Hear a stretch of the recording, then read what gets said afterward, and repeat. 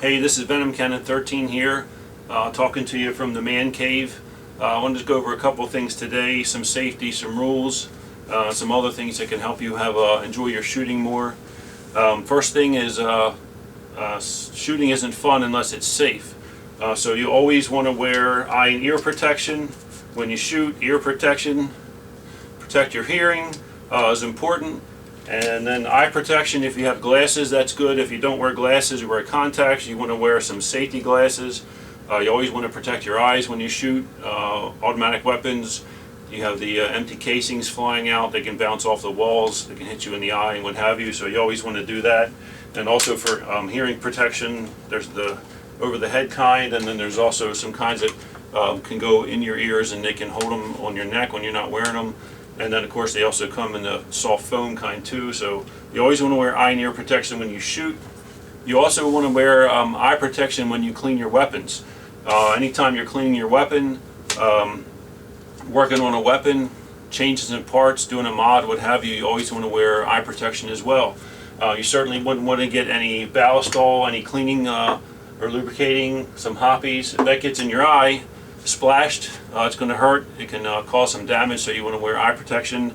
Also, most firearms have a lot of springs in them, and springs, if you're not careful while you're working on it, they shoot out. They could hit you in the eye.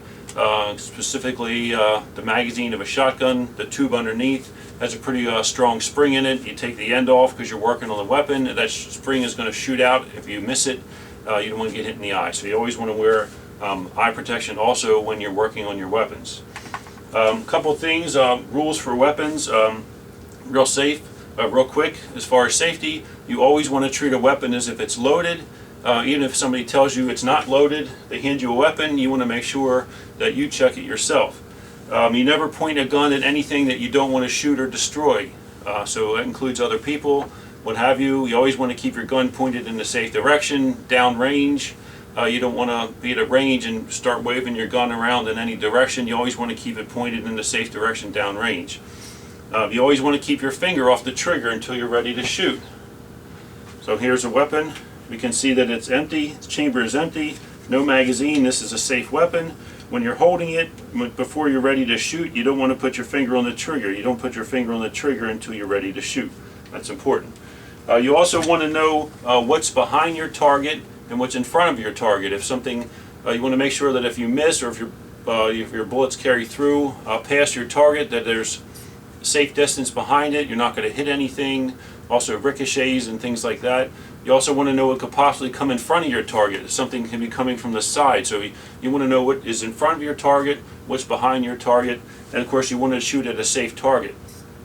And you don't want to load your weapon until it's ready to shoot. So if you're at a range, you want to keep your weapon unloaded until it's your turn to shoot, and then you load it right when you're ready to fire. And you don't want to load it ahead of time. That's important too. So a couple things like that. When somebody hands you a weapon, it's common courtesy to hand it with the action open like this, so that it's easy to tell that there is that it's not loaded. Magazine also, when it's in, you want to check it, make sure that it's empty. So make sure you have a safe weapon. You would not want to hand a weapon to somebody like this. This would be considered unsafe. So if you hand a weapon to somebody, you want to make sure you hand it to them, that it's open, that they can see that the chamber is empty. They can check the magazine. You want to hand a weapon to somebody in a safe fashion. That's courtesy. If somebody tells you a weapon is unloaded, if somebody hands you a weapon and says this is unloaded, you check it anyway. You're going to open it up. You want to check the chamber. Sometimes you have to feel in the chamber to make sure it's open. We have no magazine in this weapon. This would be a safe weapon. So you don't take anybody's word for it. You always want to check the weapon to make sure that it's unloaded. If you don't want to load a weapon until you're ready to shoot it, so if you're at home and you want to practice trigger pull and things like that, they make things called snap caps. This is a 40 Smith & Wesson snap cap. It goes in the Glock 22. What you can do is load that, and then you can practice your trigger pull with the snap cap pointed in a safe direction still, even though you know it's not loaded. And then you can practice your trigger pull in a safe fashion with the snap cap.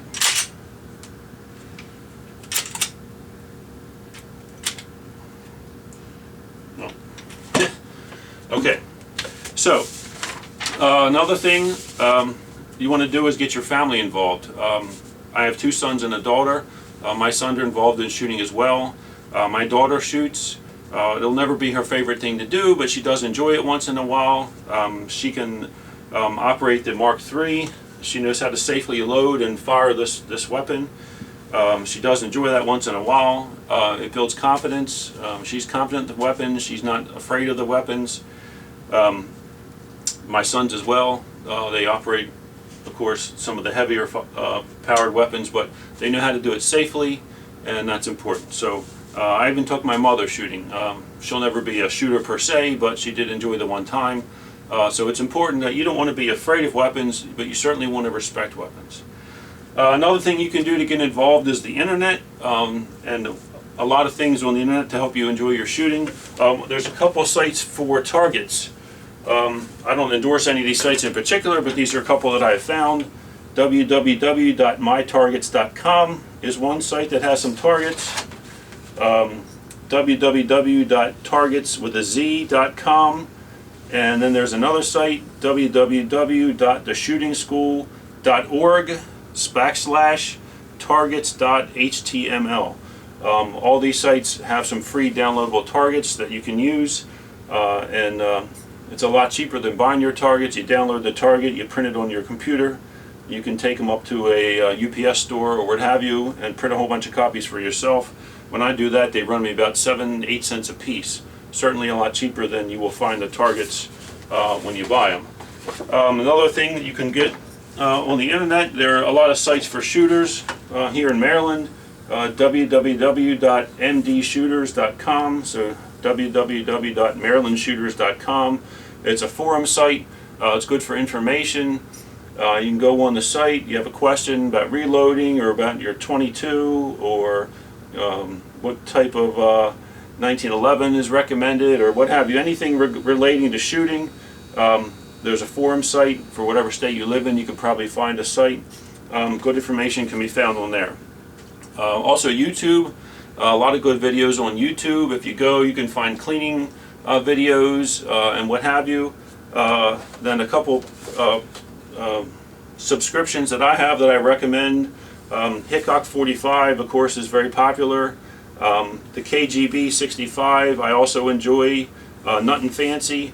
These are just a couple I suggest just to get started. There are plenty on there. A lot of good sites. Just make sure the ones that you're watching, if they're not being safe, doing some things they really shouldn't be doing, you probably want to ignore them. These sites, pretty safe, good information. So www.youtube.com, lots of places that you can get some good information for shooting. And then about the targets, to make your shooting a little more affordable. I do have a couple targets. My daughter drew some zombie heads for me, and then I just photocopied it, so I have a female one there, and I have a male zombie there. We all know you have to shoot zombies in the head or else you can't kill them. Body shots don't work, so what we do is we take a full-size target and then we just put the zombie head on it.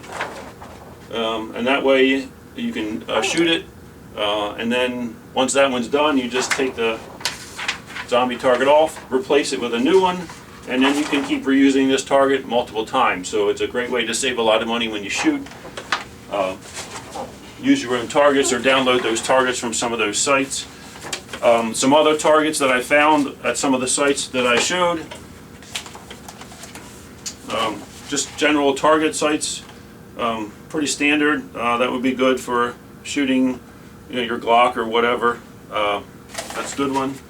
And you can also find some that would be good for like the .22 rifle, .22 pistol, multiple targets, so you can send it down, then you have multiple targets to shoot at, so you don't have to keep changing it all the time.